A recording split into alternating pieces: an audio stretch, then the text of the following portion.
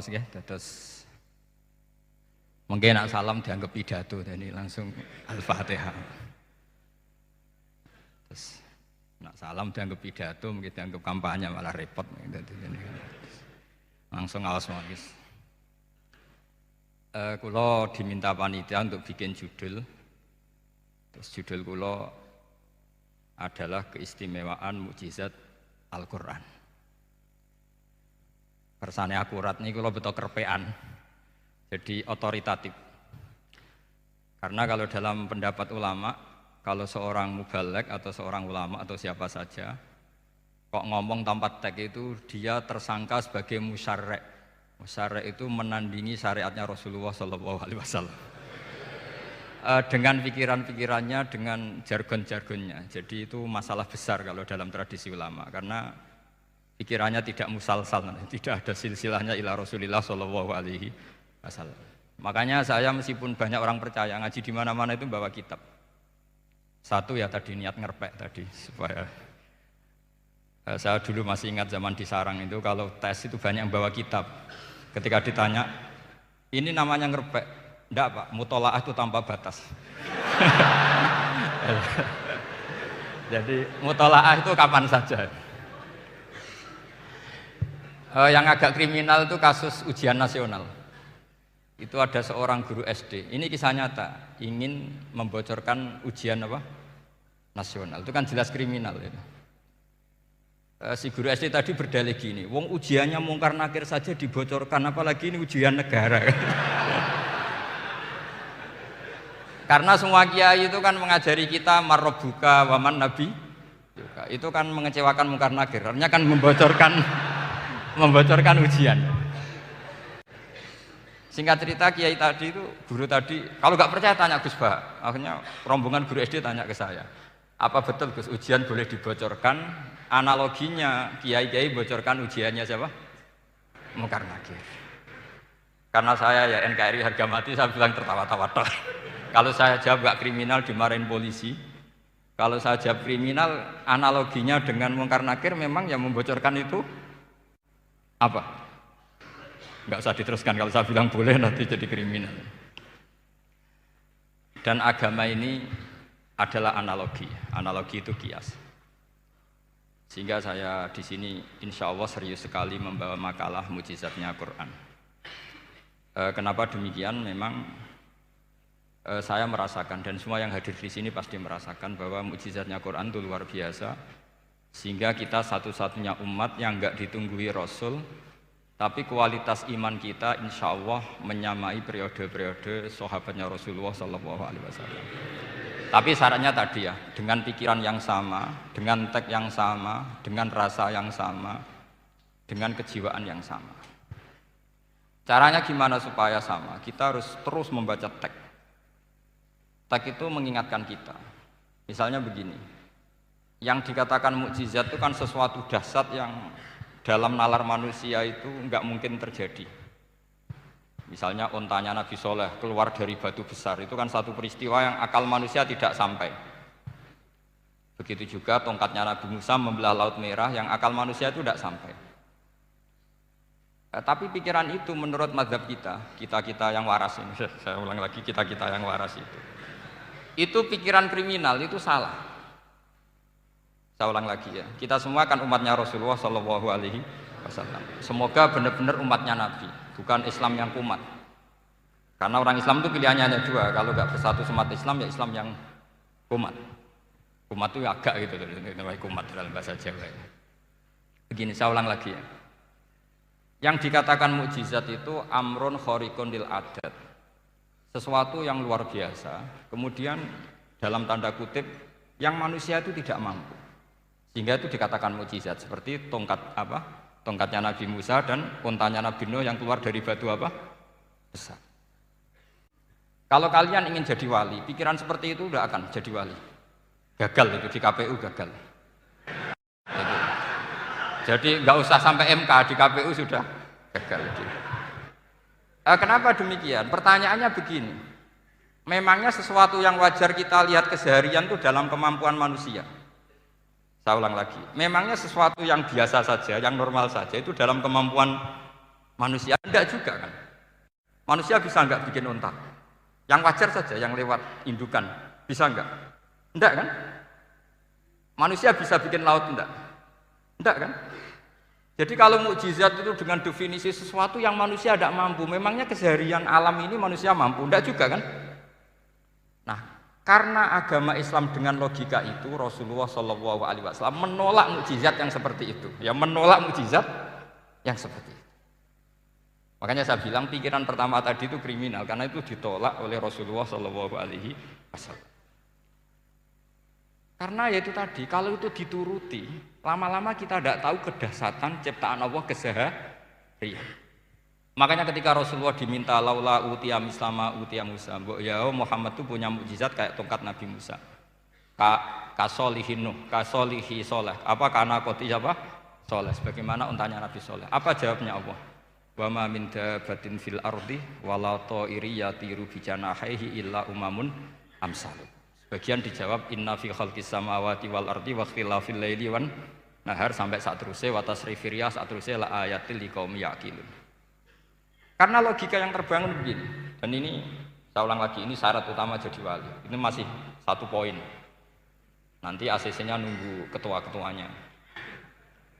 Tapi kamu jangan bayangkan wali itu kayak Sunan Kudus itu enggak. Jadi kalau kamu jadi wali itu maknanya kullu mukminin waliyullah itu diikhyakan banyak. Setiap mukmin itu walinya Allah. Tapi maknanya gini, waliyullah itu wong sing disakeni Allah itu. Jadi enggak usah dimaknani kekasih Allah. Ya.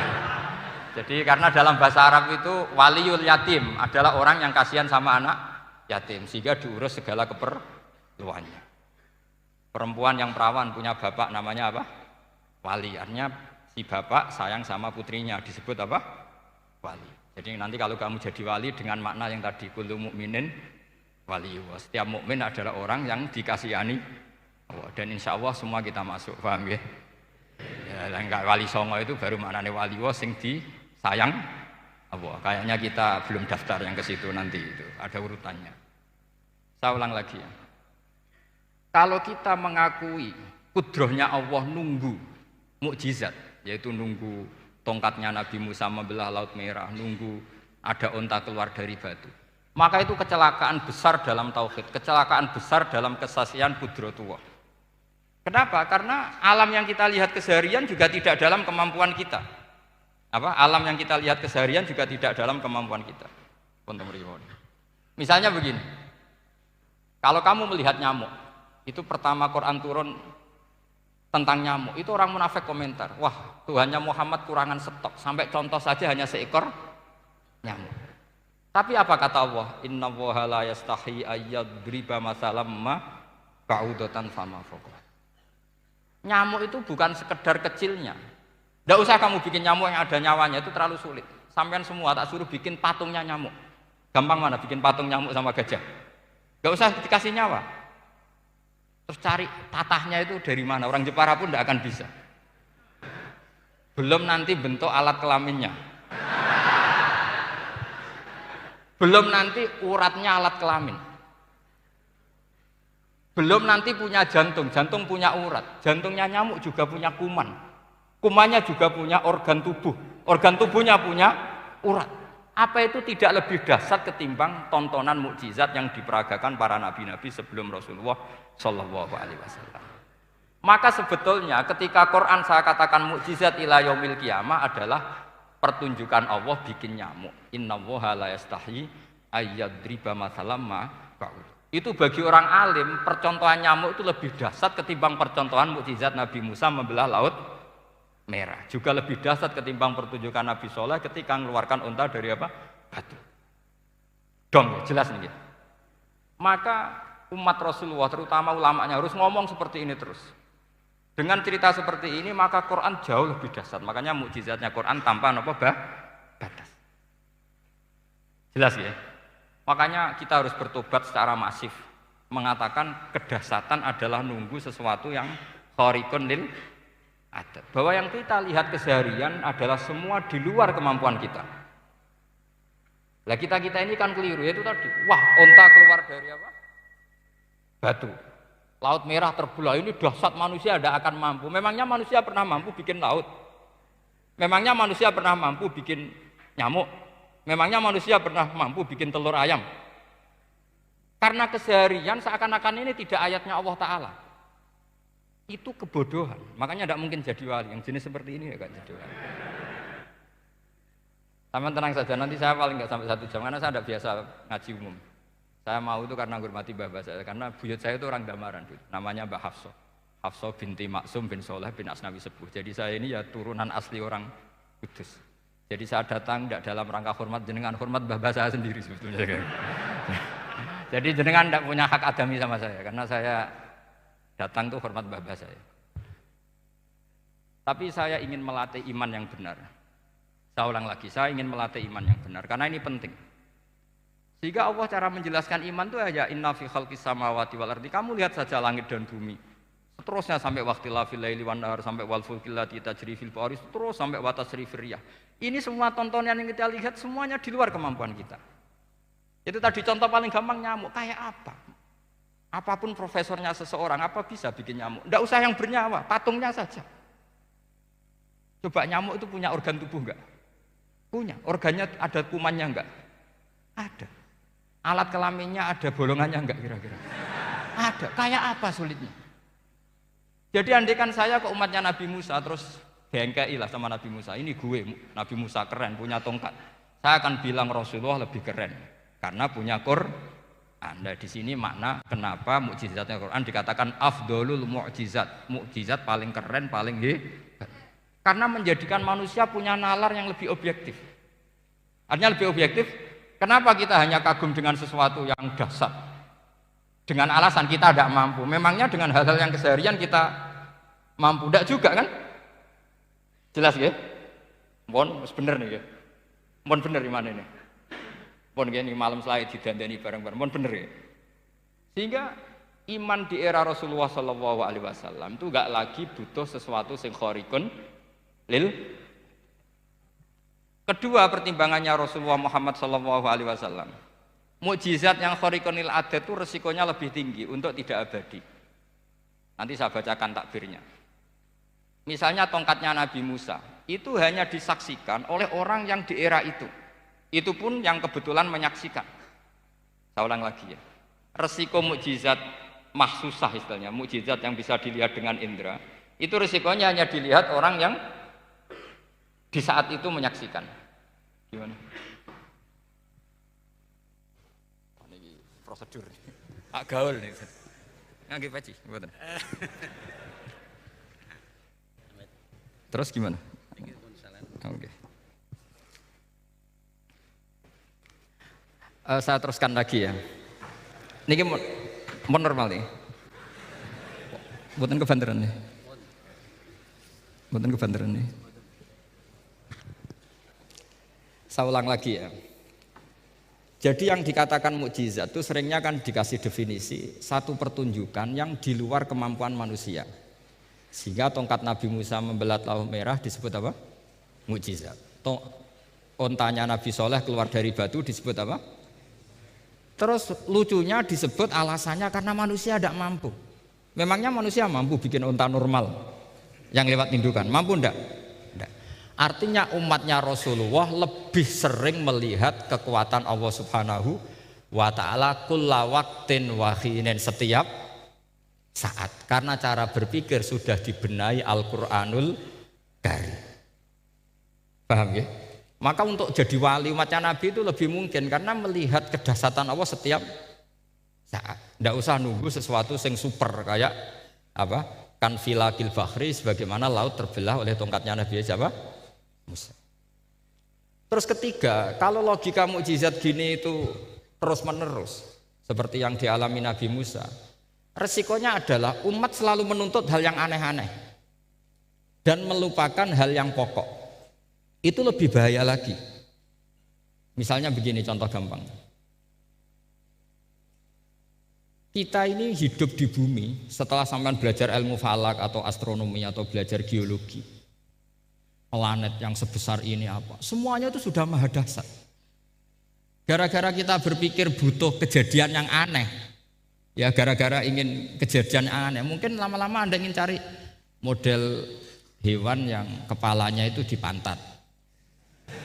baru percaya kudrohnya Allah.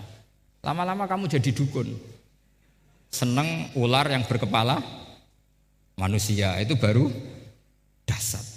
Nanti menjadi klinik. Makanya kritiknya ulama, mukjizat itu tidak perlu dituruti. Karena kalau dituruti itu bahaya bagi kelangsungan kenormalan kita. Makanya kata Abdul Hamid Khan, termasuk kitab yang saya kagumi, kata beliau begini, yang menjadikan orang kafir adalah dia nganggep kudrohnya Allah Ta'ala itu bergantung sesuatu yang dahsyat. Dia nggak sadar bahwa keseharian dalam hidupnya semuanya pertunjukan kudrohnya Allah Subhanahu wa Ta'ala. Kayak tadi, saya contohkan nyamuk tadi.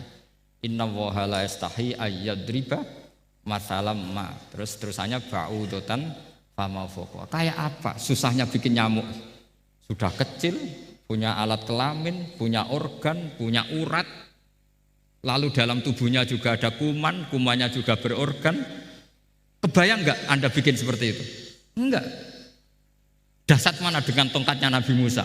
Sama-sama berstatus kita tidak mampu sama sekali. Dahsyat mana? Sama kan? Nah, itu yang diinginkan Rasulullah Shallallahu Alaihi Wasallam, dan Al-Quran menggiring kita cara berpikir begitu terus.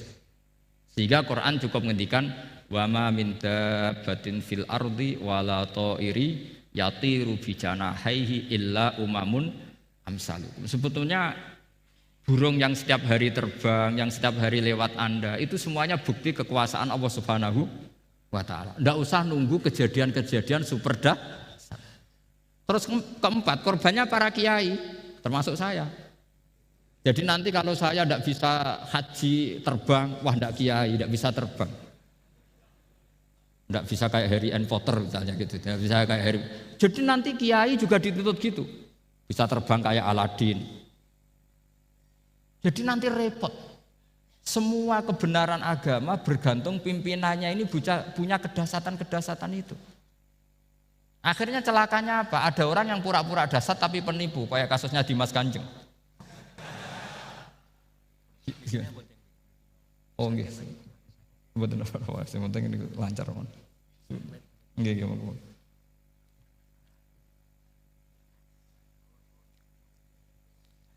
Jadi makanya nanti itu saya akan memberi penjelasan tentang apa? Mukjizatnya Al-Qur'an, kenapa disebut mukjizat paling dahsyat. Ini saya bacakan tag pokoknya ya supaya sampean tahu. Ini tabaruk sama Imam Bukhari ya. Redaksi yang diriwayatkan Imam Bukhari, qala Nabi sallallahu alaihi wasallam, ini ikut kitab Fadhailil Quran. Ma minal anbiya'i nabiyyun illa u'tiya minal ayat ma misluhu amana alaihil bashar. Wa inna ma kana alladhi utituhu wahyan awhahu wa ilayya fa arju an akuna aktsarahum tabi'an yaumal qiyamah. Jadi semua nabi punya mukjizat, yang lewat mukjizat itu orang dipaksa iman. Karena dahsyat tadi. Saking dahsyatnya terus cocok tidak cocok itu percaya. Tapi kata Rasulullah, mukjizat saya itu berupa wahyu, yaitu Al-Qur'an, dan saya berharap dengan mukjizat itu saya adalah nabi paling banyak pengaruhnya yaumal qiyamah. Maknanya paling banyak orang yang iman. Terus di sini dikomentari oleh sarehnya ya, oleh penyarahnya yaitu Ibnu Hajar Al-Asqalani. Ya saya baca Arabnya saja. Sama harus pura-pura paham jadi keren. Jangan minta saya terjemah nanti harus pura-pura paham. Bagus kok, mantas sabah bi qaumin fa wa minhum. Jadi bergaya orang kaya ya dikira apa? Kaya. Bergaya ulama ya dikira apa? Ulama. Nanti bergaya wali juga dikira wali. Saya baca ya, ini luar biasa menurut saya. Al makna annal mu'jizati al madiyata kanat khisyatan tusyahadu bil absor kana qoti soleh wa asa Musa. Wa mu'jizatul Qur'ani tusyahadu bil basirah. Jadi kayak tadi, kedahsyatan tongkat Musa itu karena apa? Laut kok bisa dibelah sebuah tongkat. Itu aneh. Kalau maknanya aneh adalah di luar kemampuan manusia, nyamuk lebih aneh. Kayak apa susahnya bikin organ apa? Nyamuk yang sekecil itu. Artinya